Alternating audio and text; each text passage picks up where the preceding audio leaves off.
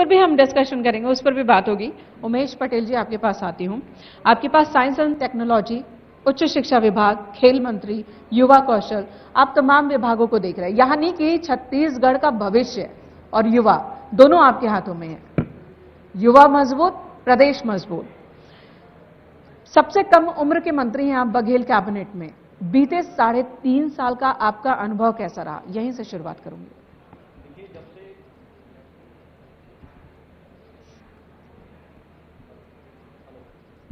आप please check कीजिएगा। Hello. जब से कांग्रेस पार्टी की सरकार इस राज्य में बनी है और आदरणीय मुख्यमंत्री जी ने मुझे उच्च शिक्षा विभाग, तकनीकी शिक्षा, साइंस एंड टेक्नोलॉजी, खेल विभाग का प्रभार मुझे दिया, हमने हर विभाग में अलग अलग काम देखे हैं। मैं कुछ चीजें आपको बताना चाहूंगा। जैसे उच्च शिक्षा में जब हम लोगों ने शुरुआत की तो कई तरह की परेशानी थी, कई तरह की लिमिटेशन थे। जैसे किस तरह की परेशानी? जैसे यहाँ शिक्षकों की कमी पहली प्रॉब्लम थी। यहाँ जिस तरह से हम अन्य राज्यों में टेक्नोलॉजी यहाँ उच्च शिक्षा में जिस तरह से एम्बेडेड किया गया है उसकी कमी थी। तीसरी चीज ये थी कि कॉलेजों की कमी, तीसरी बड़ी समस्या। ये सारी समस्या को देखते हुए हम लोगों ने, और साथ ही साथ क्वालिटी ऑफ एजुकेशन की भी एक बड़ी समस्या थी। तो इनिशियली हम लोगों ने सहायक प्राध्यापक 1300 लोगों की भर्ती का यहाँ निकाला और वो प्रक्रिया लगभग पूरी हो चुकी है और अभी सभी कॉलेजेस को हम लोगों ने दिया है। अभी हमारे विधायक बैठे हैं यहाँ पे।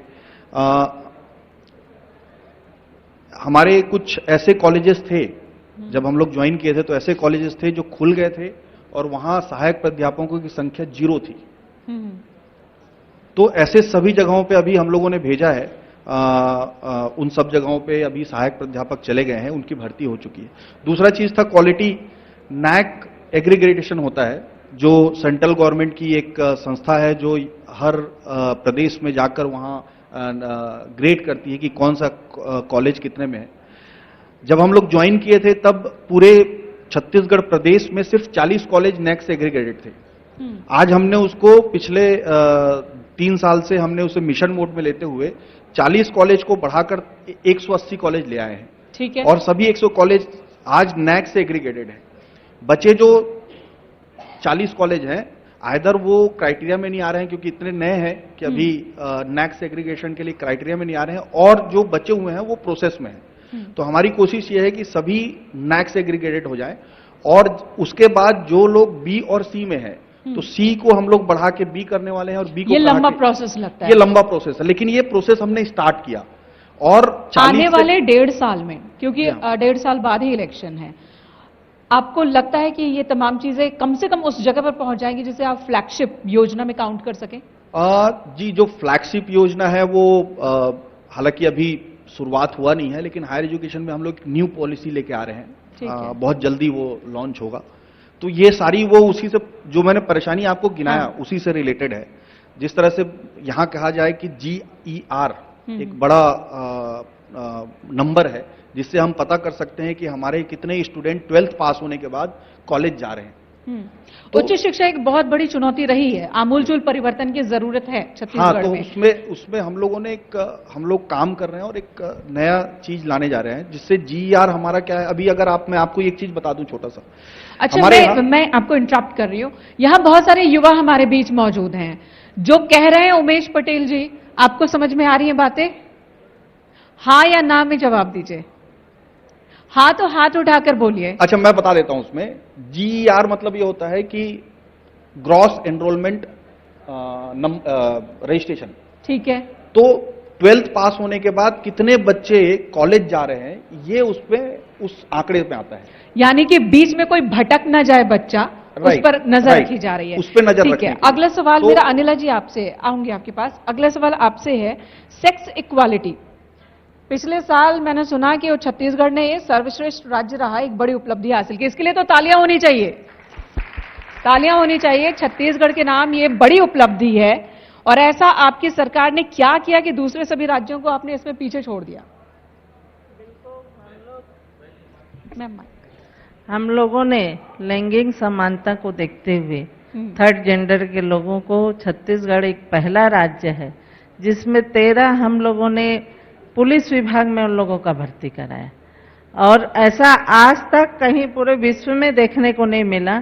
पर थर्ड जेंडर के व्यक्ति आज अपने आत्मनिर्भर होके, और ऐसा विभाग, पुलिस विभाग वो भी, उसमें उनमें भर्ती हुआ, और आज भी हम लोगों ने खेल की दुनिया में भी उन्हें ट्रेनिंग दे रहे हैं, और कई उनके ऐसी गतिविधियां हैं जिसमें वो आत्मनिर्भर होकर अपना आगे जीवन के लिए कुछ कर सके और लोगों के साथ साथ बैठ सके।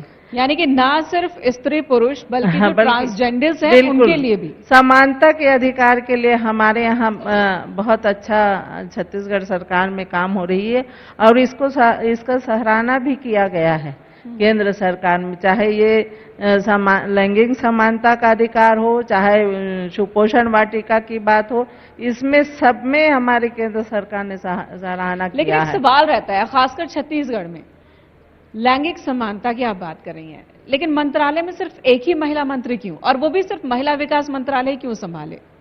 ये तो ठीक है, इस बार भी, पिछली बार भी यही था बीजेपी की गवर्नमेंट के दौरान। मेरे ख्याल से ये ऐसे चलते आ रहा है कि महिला है तो महिला के बारे में ज्यादा अच्छा से समझेंगे और अच्छा से काम करेंगे, इसलिए मुखिया लोगों की सोच होती है कि इस विभाग को महिला को दिया जाए, ताकि कोई भी बात हो तो महिला अच्छा समझ पाएगी। ताकि क्या कोशिश होगी कि अगली बार महिलाओं की भागीदारी बढ़ेगी? यूपी में कांग्रेस ने ही 40% महिलाओं की बात कही थी। बिल्कुल, वैसे भी महिलाओं की भागीदारी के लिए हमारे शीर्ष नेता ने पहले, अभी की बात नहीं है, वो पहले से उठाते आ रहे हैं।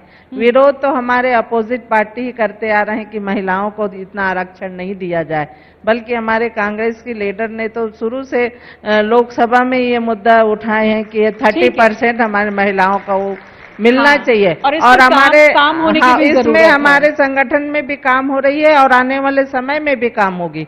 हमारे मुखिया का सख्त निर्देश है कि हर जगह 30% आरक्षण हमारे महिलाओं को। उमेश जी, झीरम के उस दर्दनाक हादसे के बाद आप राजनीति में आए थे, ये सफर कितना चुनौतीपूर्ण रहा? क्योंकि एक तरफ परिवार को भी संभालना था, पिता और बड़े भाई दोनों का साया उठ गया था, दूसरी तरफ राजनीति, ये वो पिच जो आपके लिए नहीं थी, क्योंकि आप कॉर्पोरेट एक जगह काम कर रहे थे।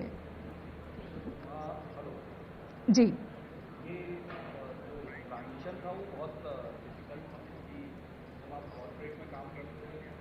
आपकी आवाज नहीं आ रही है।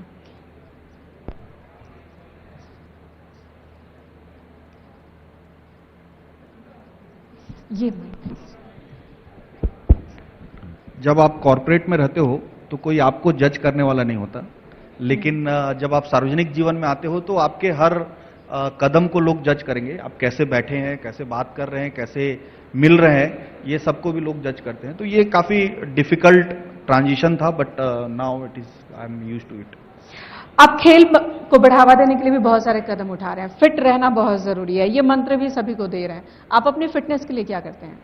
मैं योगा करने की कोशिश करता हूं, मतलब हर दिन तो नहीं हो पाता, लेकिन कोशिश ये है कि योगा मैं करूं। और खेल विकास में ये आपको मैं बता दूं कि छत्तीसगढ़ में जब से हमारी सरकार बनी है, हम लोगों ने कोशिश ये किया है कि स्पोर्ट्स पर्सन के ऊपर ज्यादा खर्च हो सके, क्योंकि इंफ्रास्ट्रक्चर वाइज तो हम लोग 5वें पायदान पे हैं, लेकिन मेडल वाइज हम लोग सबसे नीचे पायदान पे थे। तो उसका ये बेसिक ये निकल के आया कि हम लोग अपने स्पोर्ट्स पर्सन के ऊपर कम खर्च कर रहे हैं, उनके ट्रेनिंग के ऊपर कम खर्च कर रहे हैं। तो हमने एकेडमीज यहाँ खोले हैं, अभी 5 एकेडमी संचालित हैं, जिसमें से एक रेसिडेंशियल एकेडमी अभी इस 3 साल के कार्यकाल में शुरू हुआ है, और हमारी अभी 2 MOU साइन होने वाली है। यानी कि अभी रास्ता बहुत लंबा है, उस रास्ते पर निकल पड़े हैं। मेरे पास जो विभाग है वो सब समय लगने वाला विभाग है, तो तुरंत तो उसका असर नहीं होगा, लेकिन जो हम लोग स्टेप ले रहे हैं, मैं आई एम श्योर कि इसका असर आपको 2-3 साल में जरूर दिखना शुरू हो जाएगा। उम्मीद यही रहेगी। और वैसे भी युवा और महिलाएं अगर ये दोनों सुरक्षित हैं और प्रगति के पथ पर हैं, तो प्रदेश को प्रगति करने से कोई नहीं रोक सकता। बहुत बहुत धन्यवाद आप दोनों का ही हमारे साथ इस चर्चा में शामिल होने के लिए। बहुत धन्यवाद। आप मंच पर बने रहें। उमेश जी, मैं मंच पर बुलाना चाहूंगी नेटवर्क 18 के चीफ कंटेंट ऑफिसर